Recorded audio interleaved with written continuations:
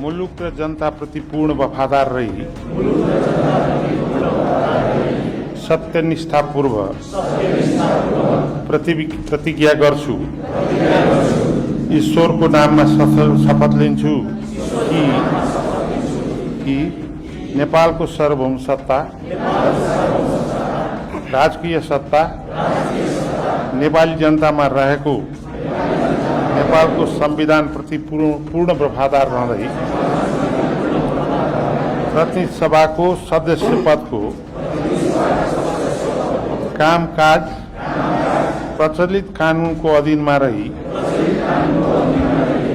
मुलुक र जनताको सोझो चिताई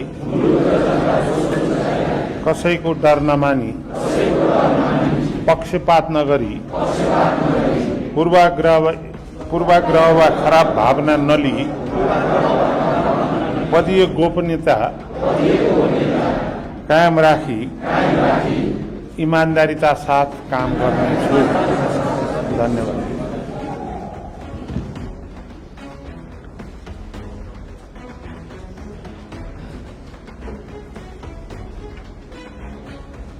प्रतिनिधि सभाका मान्य सदस्यहरूलाई शपथ गराइदिनु भएकोमा मान्य ज्येष्ठ सदस्यज्यू र शपथ लिनुभएकोमा सबै मान्य सदस्यज्यूहरूप्रति आभार प्रकट गर्दछु। मान्य सदस्यज्यूहरूलाई शपथ पत्रमा आफ्नो नाम, थर र मिति लेखी हस्ताक्षर गरिदिनु हुन अनुरोध गर्दछु। मातृभाषामा शपथ लिनुभएका सदस्यहरूलाई मातृभाषा र नेपाली भाषाका दुवै शपथ पत्रमा आफ्नो नाम र मिति लेखी हस्ताक्षर गरिदिनु हुन अनुरोध गर्दछु। मान्य सदस्यहरूलाई आफ्नो शपथको फाइल यस कक्षको बाहिरको करिडोरमा बसेका सचिवालयका कर्मचारीहरूलाई बुझाई संघीय संसदको लोगो र ब्याग त्यहीबाट प्राप्त गर्नुहुन अनुरोध गर्दै प्रतिनिधि सभाका लागि सम्वत 2082 साल फागुन 21 गते सम्पन्न भएको निर्वाचनको अन्तिम परिणाम सहितको प्रतिवेदन 2082 साल चैत 5 गते निर्वाचन आयोगले सम्माननीय राष्ट्रपति समक्ष बुझाएको बेहोरा यहाँहरू समक्ष स्मरण गराउन चाहन्छु। सर्वप्रथम म उक्त निर्वाचनबाट निर्वाचित हुनुभएका सम्पूर्ण मान्य सदस्यहरूलाई हार्दिक बधाई तथा जनअपेक्षा अनुकूल सफल कार्यकालको शुभकामना व्यक्त गर्दछु।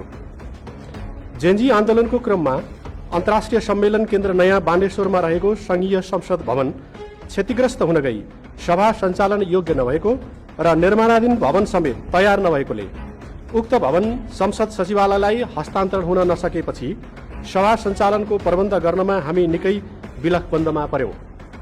विभिन्न निकाय तथा पदाधिकारीहरूसँगको पटक पटकको छलफल, पत्राचार, भेटघाट एवं दबावमूलक कार्यबाट समेत निर्माणाधीन भवनको सभाहाल संसद सचिवालयलाई हस्तान्तरण हुन सकेन। विभिन्न विकल्पहरूको खोजीपछि आज हामी उपस्थित भएको यो बहुउद्देश्यीय हललाई नै शपथ कार्यक्रम र अल्पकालीन रूपमा सभा सञ्चालनका लागि तयार गर्ने निर्णय भए अनुरूप हतार हतारमा यो हल र हलभित्रको संरचना तयार गरिएको छ। यस विषम परिस्थितिमा हाल तयार गरिएकोले यस भवनमा थुप्रै कमी कमजोरी हुन सक्ने भएको र त्यसबाट मान्यजीहरू, दर्शक, सञ्चार माध्यम लगायतलाई पर्न गएको असुविधाप्रति संसद सचिवालयको तर्फबाट क्षमा याचना गर्दछु। नेपालको संविधानको धारा 88 मा संघीय संसदको प्रत्येक सदनका सदस्यले सदन वा समितिको बैठकमा पहिलो पटक भाग लिनु अघि संघीय कानून बमोजिम शपथ लिनुपर्ने व्यवस्था गरिएको छ। त्यसैगरी प्रतिनिधि सभा सदस्य निर्वाचन ऐन 2074 को दफा 75 को उपदफा 1 मा सदस्यले प्रतिनिधि सभा वा त्यसको कुनै समितिको बैठकमा भाग लिनु अघि प्रतिनिधि सभाको अध्यक्षता गर्ने व्यक्ति समक्ष शपथ लिनुपर्ने प्रावधान छ।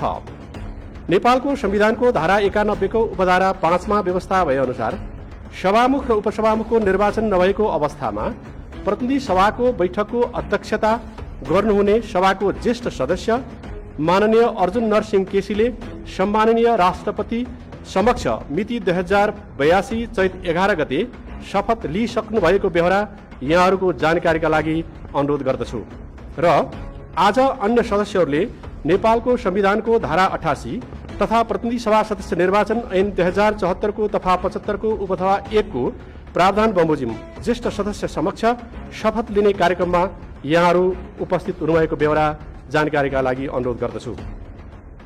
शपथका क्रममा माननीय ज्येष्ठ सदस्यले म भनेपछि मसँगै आफ्नो नाम थर भन्नुहुन र अरू शब्दहरू भनेपछि मान्य सदस्यहरूले पनि सोही अनुरूप वाचन गर्नुहुन अनुरोध गर्दछु।